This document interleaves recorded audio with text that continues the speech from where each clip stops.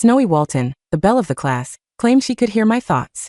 When a classmate gained weight from hormone medications, she pointed at me and shouted, "Why did you call Eva a disgusting fat pig?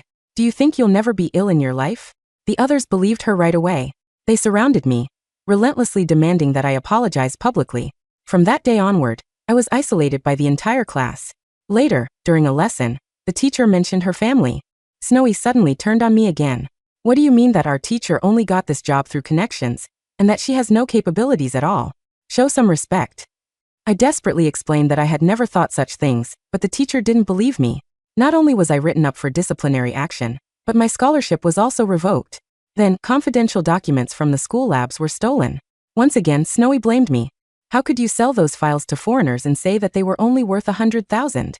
I was arrested by the police and convicted of leaking state secrets. I was sentenced to life imprisonment. In the end, I died in prison, consumed by depression. When I opened my eyes again, I had returned to the very day Snowie accused me of insulting Eva.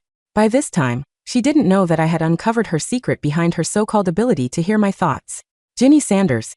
How could you call Eva a disgusting fat pig? She got fat because of hormone medication. She didn't ask for it. When I heard the accusation that caused my death once more, I was in a daze. I subconsciously looked up at Snowie Walton, who was looking at me sternly. Eva Zabel, sitting in the corner, suddenly stood up and glared at me. "Ginny, I've never crossed you. Why must you insult me?" When I heard what she said, I was sure that I had been reborn. In the previous life, I remembered Snowie suddenly pointing at me and accusing me of insulting Eva. Eva was initially 45 kilograms, but due to hormone medication, her body weight doubled. She hated people calling her fat. Everyone in the class knew about this, so they had never once said anything about her weight. I had always stayed silent on this matter too. In fact, I barely spoke to Eva. I immediately stood up and said that I did not do anything. Snowie snickered and said, "Of course you didn't say it, but I could hear your thoughts. I heard you calling Eva a disgusting fat pig." The absurd accusation left me bewildered. Little did I expect that Snowie would try to prove herself. "Why don't we do a little experiment? Everyone, place an item on your table. We'll all head out. Ginny will then pick a few times. No matter what she picks, I'll be able to tell," she added. "That way, this proves that I'm telling the truth. How about that?" I was curious to find out about this as well, so I instantly agreed to it. I started cautiously. I got everyone to switch off their mobile phones and place them in the classroom. I shut the windows and doors tight as well. Still, Snowie could perfectly pinpoint what items I had taken. She even managed to tell the order I took the items. This time, everyone believed her. They started isolating me. Later, at another lesson, when Ms. Honey, our teacher, mentioned her husband and children, Snowie abruptly accused me once more. "Ginny, why did you say Miss Honey's classes are boring? You even said that her husband and child are as ugly as a troll. Show some respect." Snowie wanted to repeat the experiment to prove that she could hear my thoughts. I explained desperately that those thoughts never crossed my mind, but Miss Honey would not believe me. Not only was I written up for disciplinary action, but my scholarship and financial aid were also revoked. Not long after, I was known in school for my terrible character. Everyone avoided me like the plague. Just when I thought this would be it until graduation, a few confidential documents were stolen from the school labs. Snowie once again accused me. "How could you sell those documents to foreigners and say that they were only worth 100,000? I was arrested by the police and convicted to life imprisonment for selling state secrets. My parents went around the country trying to clear my name, but they ended up being killed in an accident. As I thought back about how I died tragically in prison in my previous life, I clenched my fists. Given a second chance at life, I refused to end up in the same place again. Looking at Snowie's triumphant face, I pointed at my roommate, Mandy Lee, next to me. "I've been reading." I didn't even open my mouth. "Mandy is my witness." Mandy nodded. "Pretty sure Ginny hasn't said a single word until now." Eva was just about to calm down when Snowie sighed and said, "Of course you didn't say it, but I could hear your thoughts. I heard you calling Eva a disgusting fat pig. I know none of you will believe me, but I can prove it." Snowie calmly pointed at my bag. "In your bag is a water bottle, a set of keys, and 2 packets of tissues. Oh, and also 5 dimes. Before I could say anything, another classmate snatched my bag and poured the items out, counting them. "Snowie's right. It's exactly as she said. Could she be for real?" I calmly said, "I bring this with me every day. Anyone would find out if they observed me for a few days." The class seemed to find my explanation valid. They were hesitating between siding with Snowie or me. Snowie calmly said the exact same thing in my previous life, to get all of them to bring an item out for me to pick, and she'd guess. I refused outright. "Who knows if you'd join forces and gang up on me?" A few classmates with a temper sprang up and questioned me on what I meant by that. I said nothing, merely looking at Snowy icily. No matter whether it was my previous life or current life, I refused to believe in this mind-reading shenanigan. There had to be some secret. Snowy was a little annoyed that I was not taking the bait. Alright then, why don't you head to the canteen to get some food? No matter what you get, I'd know. That way, I can prove that I was right. Want to bet? Otherwise, it means that what I said was the truth. Noticing Eva glaring daggers at me, I knew I had to agree to it. Before leaving, I secretly turned on my phone's camera and hid it in a corner where it could film the entire class. 10 minutes later, I returned with a tightly wrapped doggy bag and placed it right in front of Snowy. It was so tightly wrapped that one could not even smell the food in it. Tell me, what did I get? Snowy snickered weirdly. Ginny, did you pick up leftovers? There is half a piece of a chicken bacon sandwich, a few meatballs, and a piece of cheesecake, which someone had taken a bite from.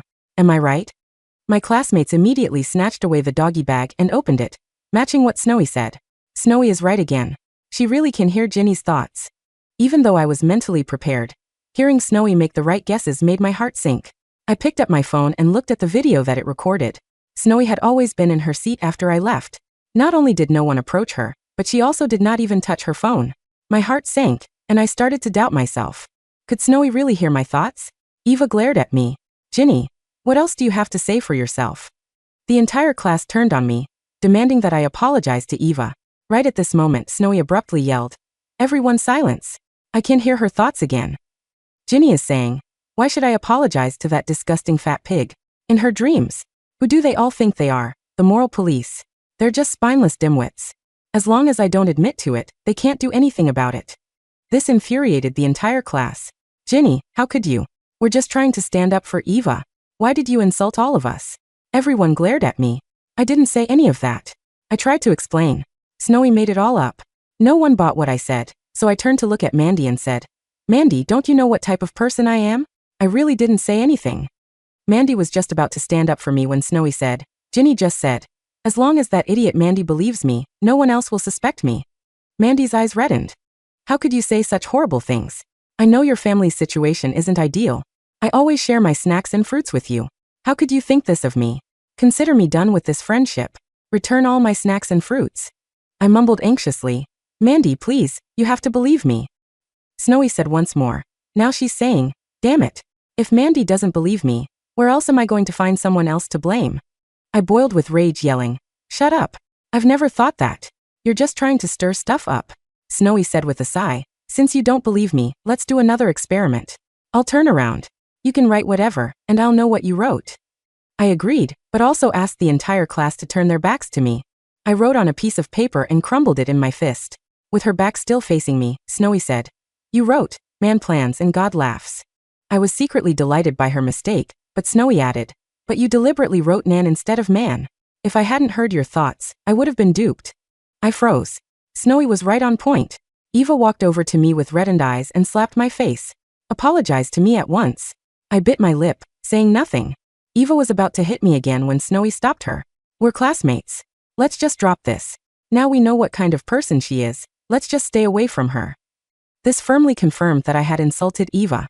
Eva reluctantly lowered her hand and left. The others followed her, leaving me alone in the classroom. I slumped to the floor, stumped and baffled. Why was Snowy doing this to me? From that day onward, I was the most hated person in the entire class. Mandy had demanded that I return the things that she had given me. Then she put in a request to move to a different dorm. Soon it was Ms. Honey's class. Halfway through, she brought up her husband and child. Right at this moment, Snowy suddenly stood up. "Ginny, why did you say that Ms. Honey's class is pointless? You even called her husband and child a troll. Show some respect." Before I could say anything, the entire class told Ms. Honey how Snowy could hear my thoughts. Ms. Honey's gaze darkened. "Ginny, how could you say that about me?" I calmly said, "Ms. Honey, you're an educated person. Do you think there is such a thing as hearing someone else's thoughts?" Ms. Honey said icily, "Why don't we do an experiment?" She flipped to a random page and got me to write down the first sentence. "He who has a mind to beat his dog will easily find his stick." Hoping this time it might be different, I picked up my pen and wrote on a piece of paper. Still, Snowy easily said what I wrote. Ms. Honey slammed the table angrily. "I never pegged you to be this type of person, Ginny. I even nominated you as our star student." I froze. My face was as pale as a sheet. "I didn't do it, Ms. Honey." Snowy interjected. "I can hear her thoughts again." Ginny said, If it weren't for that stupid scholarship, I can't be bothered with this old hag. Only she thinks her troll of a husband is handsome. How pathetic. Through gritted teeth, MS. Honey hissed, just you wait. As long as I'm alive, you'll never get your scholarship. I groaned and tried to defend myself, but Snowy said once more, Ginny said, it doesn't matter if I don't have the scholarship.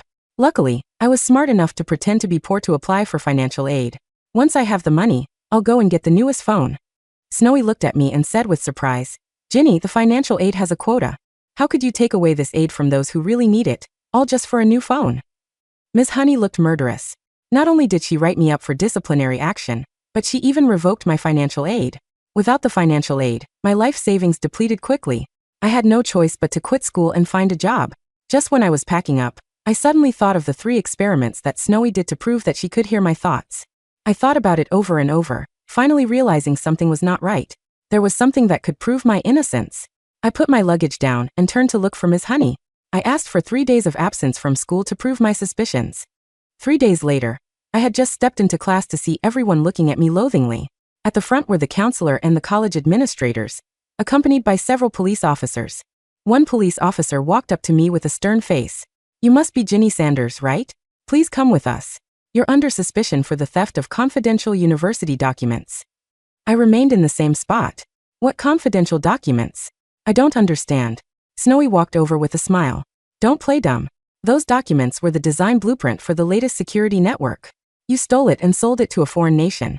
Ginny, what you did isn't just illegal. It's treason. You'd be despised by the entire nation and spat on for the rest of your life. I nodded. Someone who committed such a crime should be despised and spat on by the nation. But when exactly were the documents stolen? What was the exact time? Where was it stolen? Snowy's gaze darkened. Why are you asking so many questions?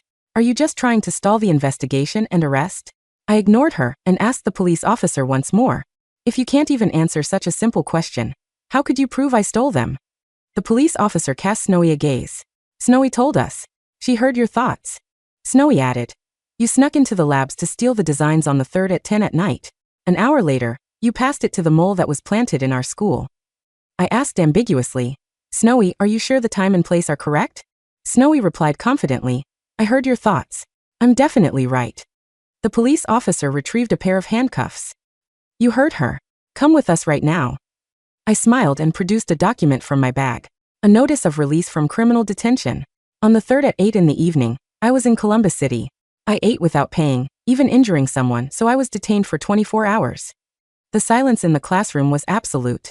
It was heavy, suffocating, and broken only by the sharp rustle of the paper in my hand. The police officer took the document, his brows knitting together as he scanned the official seal of the Columbus City Police Department. He checked the dates, then the times. He looked at me, then at the paper, and finally at Snowy. Ms. Walton, the officer said, his voice dropping an octave, losing its aggressive edge. You stated in your official witness report that you heard Ms. Sanders' thoughts detailing the theft on the 3rd, at 10 p.m., inside the university lab. Snowy's face, usually a mask of arrogant poise, twitched. Yes, I heard her remembering it. Vividly. The sensation of the cold metal doorknob, the hum of the servers. That's impossible, the officer interrupted, holding up the release form. At 10 p.m. on the 3rd, Ms. Sanders was in a holding cell in Columbus, 3 hours away. She was being processed for a dispute at a diner. There is video footage of her in custody. Unless she can teleport, she didn't steal anything from this campus. The class erupted into murmurs. Columbus? That's miles away. If she was in jail, she couldn't be in the lab. Then why did Snowy say she heard it? Snowy stood up, knocking her chair over. Her composure was cracking like cheap porcelain. She must have hired someone. Yes, she hired a proxy, and I heard her thinking about the success of the mission. I stepped forward, my voice calm but cutting through the noise. Snowy, 5 minutes ago you said you heard me thinking about sneaking in. You described me physically taking the files. Now that I have an alibi, suddenly I hired a hitman? Which is it? Does your superpower have a lag, or are you just making things up as you go? Detective Harrow, the older officer who had remained silent until now, stepped into the fray. He had eyes like flint, hard and unamused. He took the release paper from his colleague. This is a verified document, Harrow said, staring at Snowy. Filing a false police report is a felony, young lady. Accusing someone of treason based on hallucinations, or powers, that lead to verifiable lies. That puts you in very hot water. I'm not lying, Snowy shrieked, looking at Eva for support. But even Eva looked uncertain, shrinking back into her seat. Officer, I said. If Snowy knew the exact time the documents were stolen, a time that only the thief and the police would know, and she tried to pin it on me, doesn't that make her the prime suspect? She knew details that hadn't been released to the public yet. Harrow's gaze snapped to Snowy. The dynamic in the room shifted instantly. The predator was now the prey. We'll be needing to check your devices, Ms. Walton, Harrow said. And we'll be checking the lab's security logs against your whereabouts. Snowy paled. You can't do that. My father is. I don't care if your father is the governor, Harrow growled. This is national security. They didn't arrest Snowy on the spot, but they confiscated her phone and laptop. As the police left, the atmosphere in the classroom wasn't one of hatred toward me anymore. It was confusion. Fear. I sat back down. Mandy, who had been aggressively ignoring me, turned her head slightly. She didn't speak, but she didn't move her desk away either. The seed of doubt had been planted. Now I had to water it until it choked Snowy to death. The investigation into the theft stalled. The police couldn't pin it on Snowy yet. She was slippery and her father's lawyers were expensive, but my name was cleared. However, the social stigma remained. The class still believed Snowy could read minds. They just thought she had misinterpreted my thoughts about the theft. I needed to dismantle her god status completely. I spent the next 2 days observing the classroom with the eyes of a hawk. In my previous life, I was too cowed, too depressed to look closely. Now I watched. I noticed things. When Snowy did the bag experiment, she always sat in the back row near the window. When she did the writing experiment, she always ensured the lights in the hallway were off, maximizing the reflection against the glass of the clock on the wall. But the real breakthrough came on Tuesday. I arrived early, 2 hours before classes began.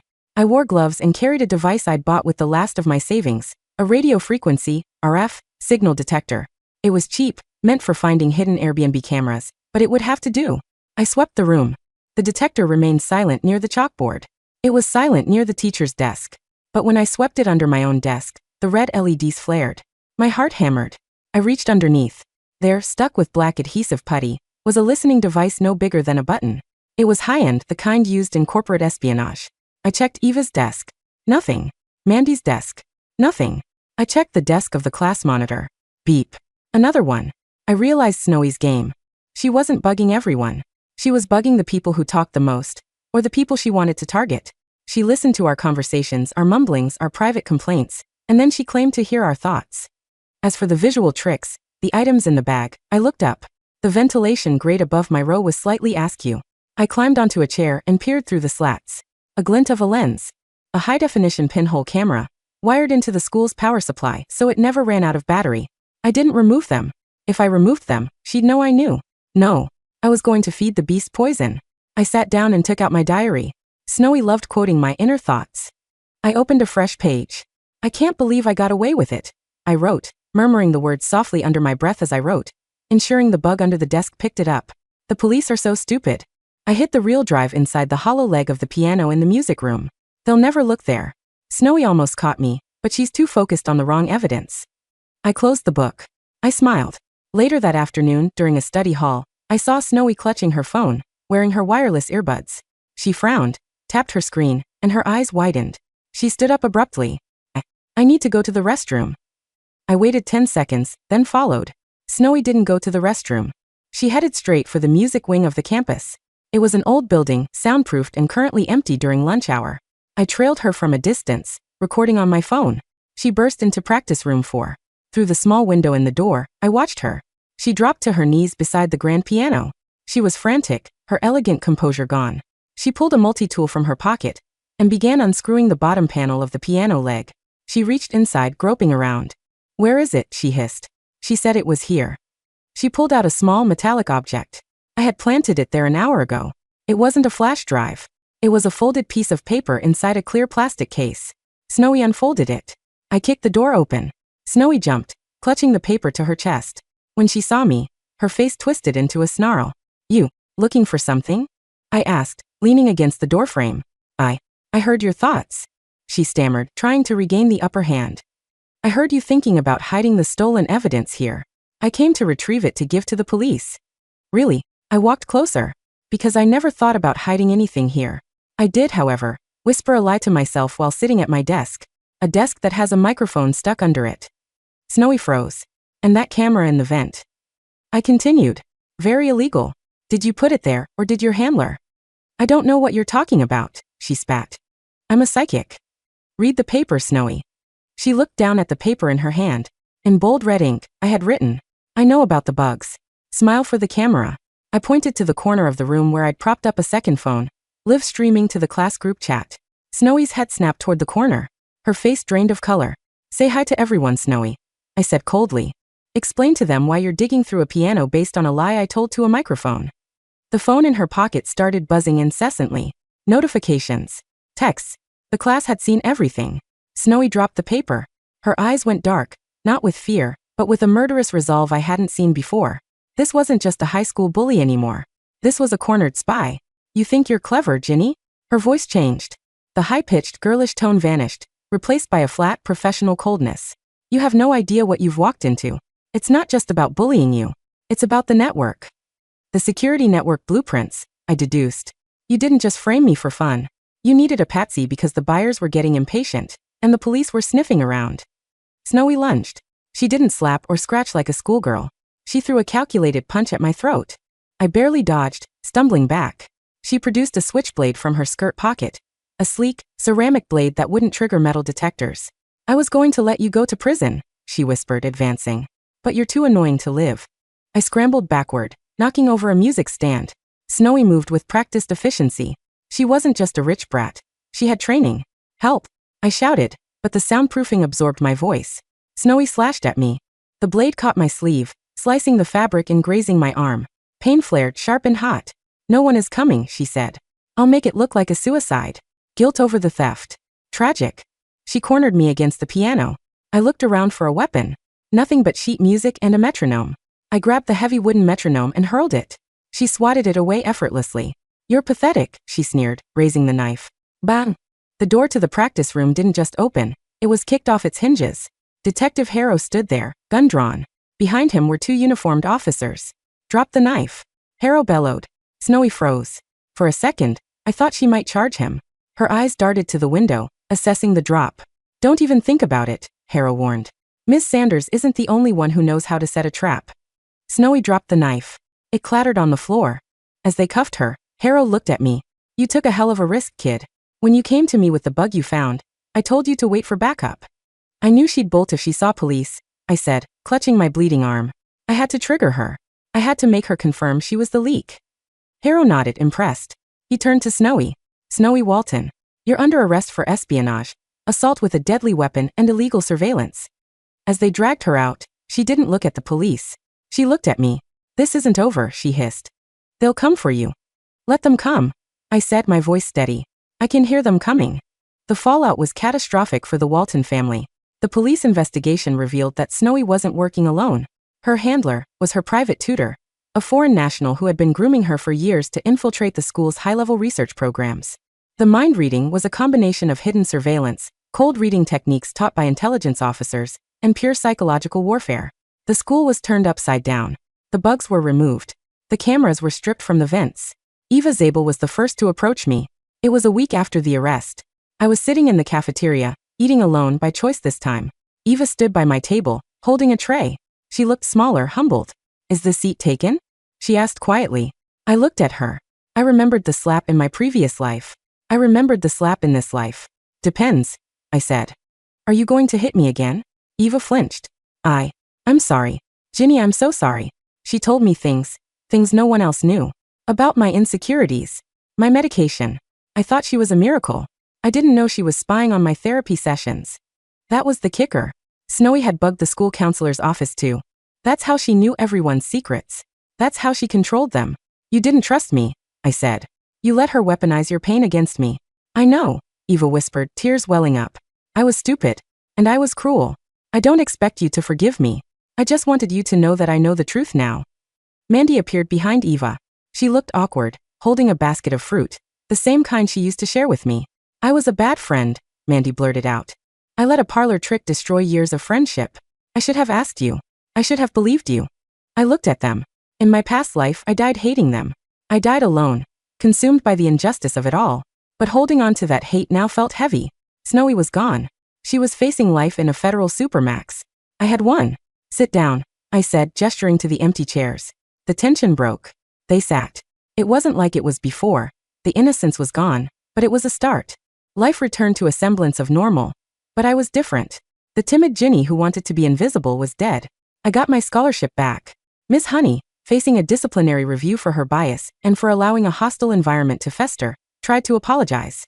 I accepted it professionally, but I transferred out of her class. I didn't need her validation anymore.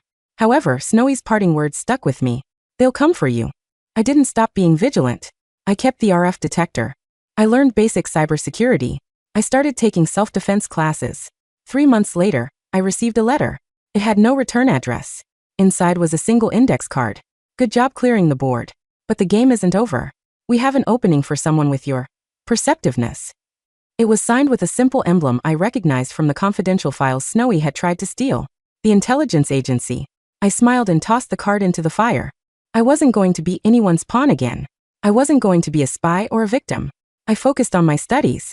I graduated top of my class. At the graduation ceremony, as I stood on the podium to give the valedictorian speech, I looked out at the sea of faces. I saw Eva healthy and happy. I saw Mandy, cheering loudly. I saw Detective Harrow in the back, giving me a nod of respect. I took the microphone. We spend so much time worrying about what others think of us, I began.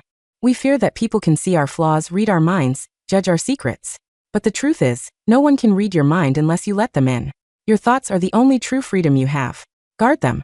And never, ever let someone else write your story for you. The applause was thunderous. As I walked off the stage, I felt a lightness I hadn't felt in 2 lifetimes. The heavy chains of the past were gone. Snowie Walton claimed she could hear my thoughts. But in the end, she never really knew me at all. The end.